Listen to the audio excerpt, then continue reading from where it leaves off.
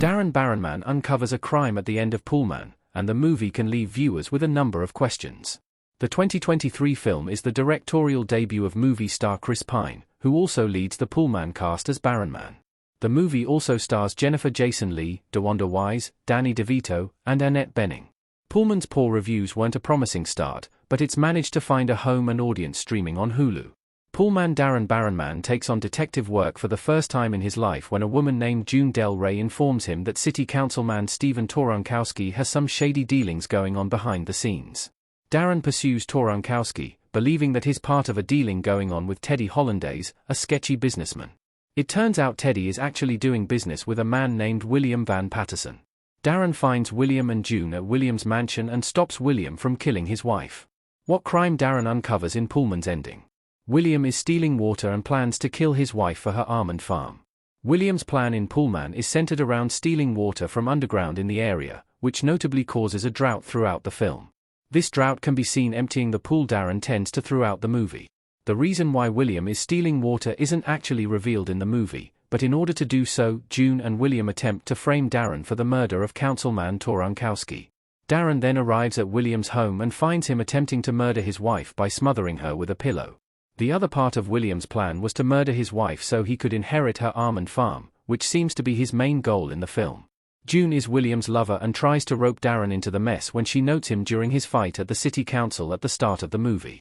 The exact nature of June and William's plan isn't entirely clear, but there's some mixture of stealing water, real estate corruption, and killing the wife to inherit the almond farm, which all require Toronkowski to be out of the way. Steven Toronkowski's secret and death explained. Toronkowski is a cabaret dancer, and not a villain. Still from Poolman. Darren spends a significant portion of the film believing that Councilman Steven Toronkowski is a corrupt city official who's in on the plan. He pursues him, eventually thinking he's going to gather evidence that Toronkowski is connected to Teddy Hollandaise. What Darren discovers instead is that Toronkowski is a cross-dressing cabaret performer at a bar. This turns out to be a vital part of the councilman's personal life, which is kept secret from his family. Darren and Toronkowski end up having a heartfelt, tender conversation in the dressing room, where they share their struggles with anxiety and depression. Toronkowski may not be guilty, but he knows something about the situation that's unfolding, and he tells Darren that it's going to be dealt with in a matter of weeks.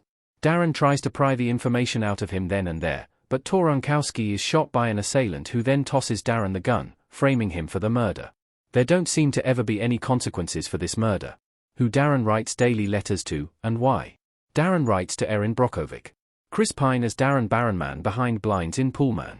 Darren is seen throughout Poolman writing letters to a character who never appears. That person is Erin Brockovich, a real-life figure who was played by Julia Roberts in the Best Picture-nominated biopic from the year 2000. Darren explains that he writes letters to Erin Brockovich, not Julia Roberts, for the purpose of making himself feel less lonely. The letters are the movie's clearest gateway to Darren's psychology, as they show how delusional his perception of his life is. For example, his girlfriend Susan is clearly struggling in their relationship, which leads to her cheating on him midway through the film. She tries multiple times to talk to Darren, which he ignores, only to write in his letters that everything is fine and that he doesn't understand why Susan is unhappy. Poolman's references to film noir movies explained. Poolman references classics like Chinatown. Jake looks on in the ending of Chinatown. Poolman makes numerous references to the film noir genre, most notably the film Chinatown, which Darren directly mentions multiple times. When Darren first becomes a detective, he wears an outfit that he describes as his version of Cary Grant, referencing the classic actor known for appearing in crime movies like To Catch a Thief. The Los Angeles-based Chinatown is one of the quintessential noir movies, and Poolman attempts to mirror the plot of the 1974 classic, which centers around corruption tied to the city's water supply. The original film's plot is far more intricate and nuanced. What Chris Pine has said about Poolman's ending. Chris Pine made Poolman as an ode to childlike wonder and joy. Chris Pine in Poolman. Despite Chris Pine's acceptance of the film's poor reviews, the actor-director seems satisfied with Poolman.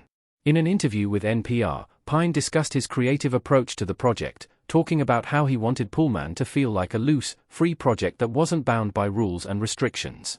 He says, "I think this film is my ode to the part of me that wants to smile, that there's no rules or regulations to making something other than what brings me ecstatic joy." In many ways, this desire is reflected in the characters in the movie.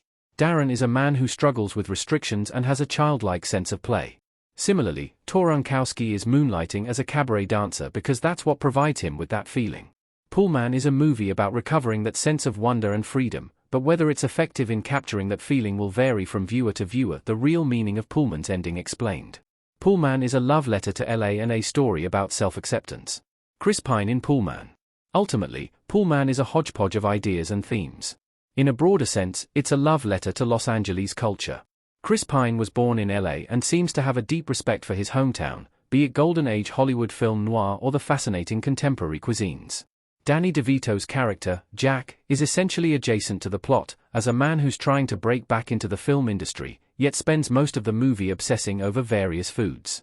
Poolman goes on long tangents to highlight restaurants or cuisines he loves, just as it references LA-based crime movies. The core of Poolman is Darren's story.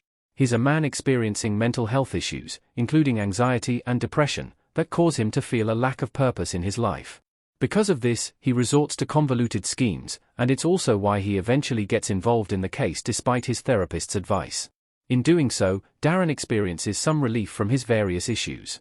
When he's offered a position with the city council, he declines, realizing he's better off remaining a poolman. Poolman's message is about freedom and self-acceptance.